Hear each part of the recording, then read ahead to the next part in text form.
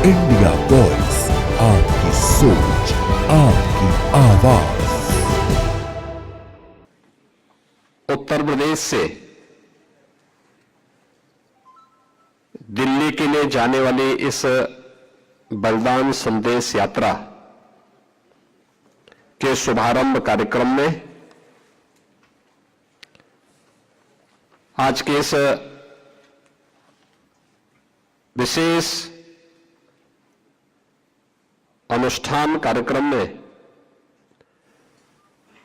उपस्थित उत्तर प्रदेश सरकार में मंत्रिमंडल के मेरे सहयोगी सरदार बलदेव सिंह ओलख जी, विधान परिषद सदस्य सरदार हरि सिंह ढिल्लों जी, अल्पसंख्यक आयोग के सदस्य और इस कार्यक्रम के संयोजक सरदार प्रविंदर सिंह जी, महासचिव दिल्ली गुरुद्वारा प्रबंध कमेटी सरदार जगदीप सिंह कौलो जी, अध्यक्ष गुरुद्वारा रकाबगंज नई दिल्ली सरदार कुलविंदर सिंह जी, विशेष कार्याधिकारी दिल्ली प्रबंध कमेटी सरदार जसमेन सिंह जी, गुरुद्वारा चरण पादुका निजामाबाद आजमगढ़ बाबा सतनाम सिंह जी, अध्यक्ष गुरुद्वारा नाका हिंडोला डॉक्टर अमरजोत सिंह जी, महासचिव सरदार मनमीत सिंह बंटी जी, प्रबंधक गुरुद्वारा समिति मुरादाबाद सरदार गुरप्रीत सिंह दुआ जी, प्रधान गुरुद्वारा सरसैया घाट कानपुर सरदार रमेंद्र सिंह जी, संरक्षक गुरुद्वारा प्रबंध समिति रायबरेली सरदार अवतार सिंह छावड़ा जी, सरदार डॉक्टर गुरमीत सिंह जी, अध्यक्ष साहिब श्री गुरु गोविंद सिंह सेवा समिति सरदार त्रिलोचन सिंह जी, गोरखपुर से यहां पर पधारे सरदार जगनैन सिंह नीटू जी, मुजफ्फरनगर से हमारे यहां पर पधारे सरदार सुखदर्शन सिंह वैदी जी, ब्लॉक प्रमुख पीलीभीत और वहां के चेयरमैन सरदार गुरुभाग सिंह जी, अध्यक्ष गुरुद्वारा सिंह सभा बहराइच सरदार मनदीप सिंह वालिया जी, उत्तर प्रदेश के सूचना आयुक्त श्री स्वतंत्र प्रकाश जी, प्रदेश के अलग अलग जनपदों से यहां पर उपस्थित हमारे सभी यहां पर उपस्थित बंधुगण, बहनों और भाइयों, मैं सबसे पहले आप सबका मुख्यमंत्री आवास पर उत्तर प्रदेश सरकार और उत्तर प्रदेश वासियों की ओर से हृदय से स्वागत करता हूं, आप सभी का अभिनंदन करता हूं। आपकी ये यात्रा गुरु तेग बहादुर जी महाराज के बलिदान की स्मृति को जीवंत बनाए रखने, आने वाली पीढ़ी को और वर्तमान पीढ़ी के लिए एक नई प्रेरणा है और इसीलिए बलिदान संदेश यात्रा है। पूरे देश के अंदर गुरु तेग बहादुर जी महाराज की 350वीं शहीदी दिवस कार्यक्रम के बारे में एक नया उत्साह, एक नया उमंग है। देश भर में बड़े बड़े आयोजन होने हैं। उत्तर प्रदेश में भी हमारी कमेटी इसके लिए कार्य कर रही है और 350वीं शहीदी दिवस कार्यक्रम का पहला कार्यक्रम आज उत्तर प्रदेश से, उत्तर प्रदेश की राजधानी लखनऊ से दिल्ली के उस ऐतिहासिक गुरुद्वारे के लिए प्रस्थान करने जा रही है जहां पर सनातन धर्म की रक्षा के लिए गुरु तेग बहादुर जी महाराज ने अपना शहादत दिया था। यानी 350 वर्षों के इस पूरे इतिहास को एक जीवंतता प्रदान कर रहे हैं इस यात्रा के माध्यम से, इन कार्यक्रमों के माध्यम से। कैसा कालखंड रहा होगा जब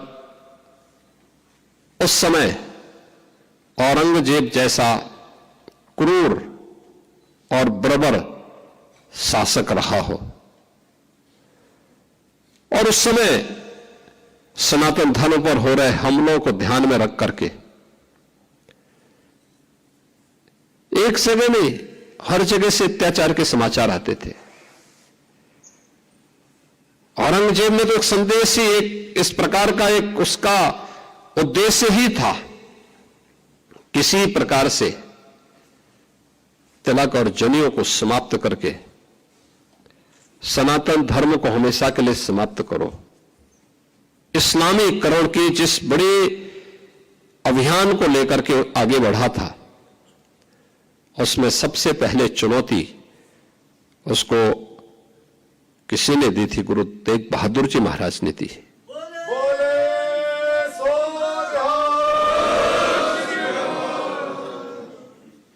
आप याद करिए कि गुरु तेग बहादुर जी महाराज ने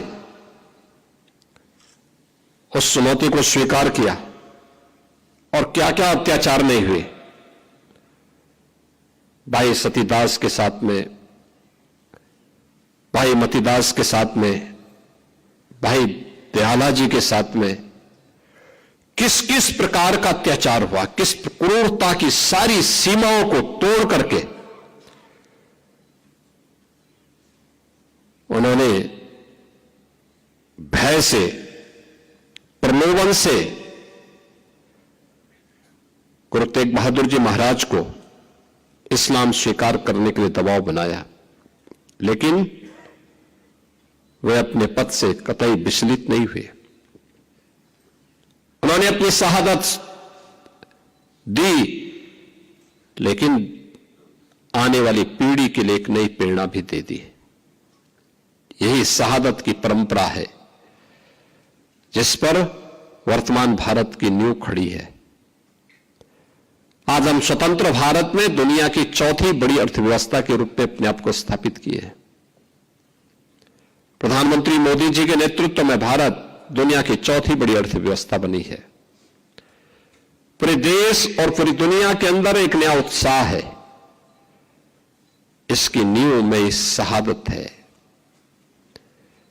वह बलिदान है जो चार चार साहबजादे देश और धर्म की रक्षा करने के लिए अपने आप को बलिदान करने में संकोच नहीं करते। और यही कारण है कि सत्य को कोई समाप्त नहीं कर सकता है। हर काल, हर परिस्थिति में वह अपनी आपके अस्तित्व को बनाए रखता है, और यही तो हम सब देख रहे हैं। सिख गुरुओं का इतिहास भारत की उस सच्चाई को हम सबके सामने, देश और दुनिया के सामने प्रस्तुत करता है, जिस इतिहास पर वर्तमान भारत की एक सुदृढ़ नींव खड़ी है।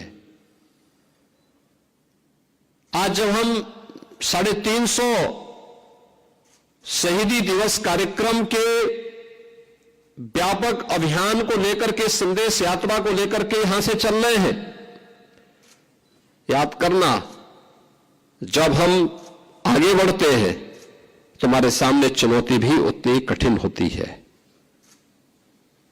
मैं यहां धन्यवाद दूंगा लखनऊ के अपने गुरुद्वारा से जुड़े हुए, प्रबंध कमेटी से जुड़े हुए सभी पदाधिकारियों को। मैंने जब पिछली बार एक कार्यक्रम में नाका हिंडोला में इस बात का उल्लेख किया था कि पीलीभीत और अन्य कुछ स्थानों पर कुछ धर्मांतरण की बातें सामने आई हैं। हम सरकार के स्तर पर तो कार्रवाई कर रहे हैं, आप भी इसमें थोड़ा सजग होइए। और यहां की टीम गई और घर वापसी के बड़े कार्यक्रम को उन्होंने वहां पर आगे बढ़ाया। आपने देखा होगा किस प्रकार की साजिशें हो रही हैं। अभी बलरामपुर में एक बड़ी कार्रवाई को हम लोगों ने आगे बढ़ाया है। आपने देखा होगा उसने रेट तय किए थे, यानी कैसे धर्मांतरण के कार्यक्रम को आगे बढ़ाना है।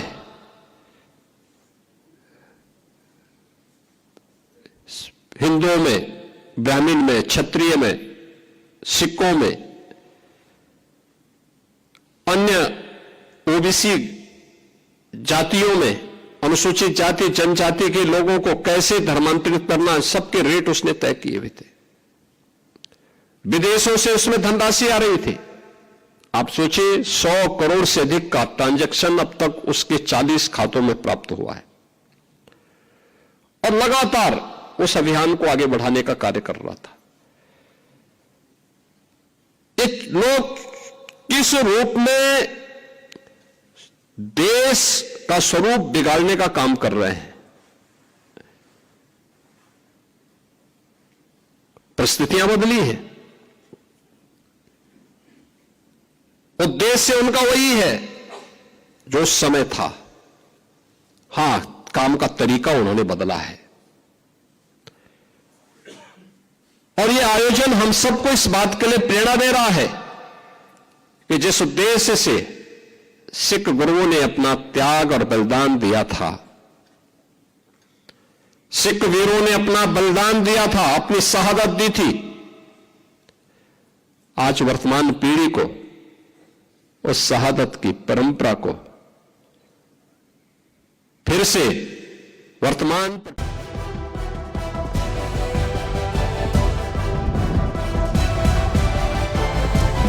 इंडिया वॉइस, आपकी सोच, आपकी आवाज।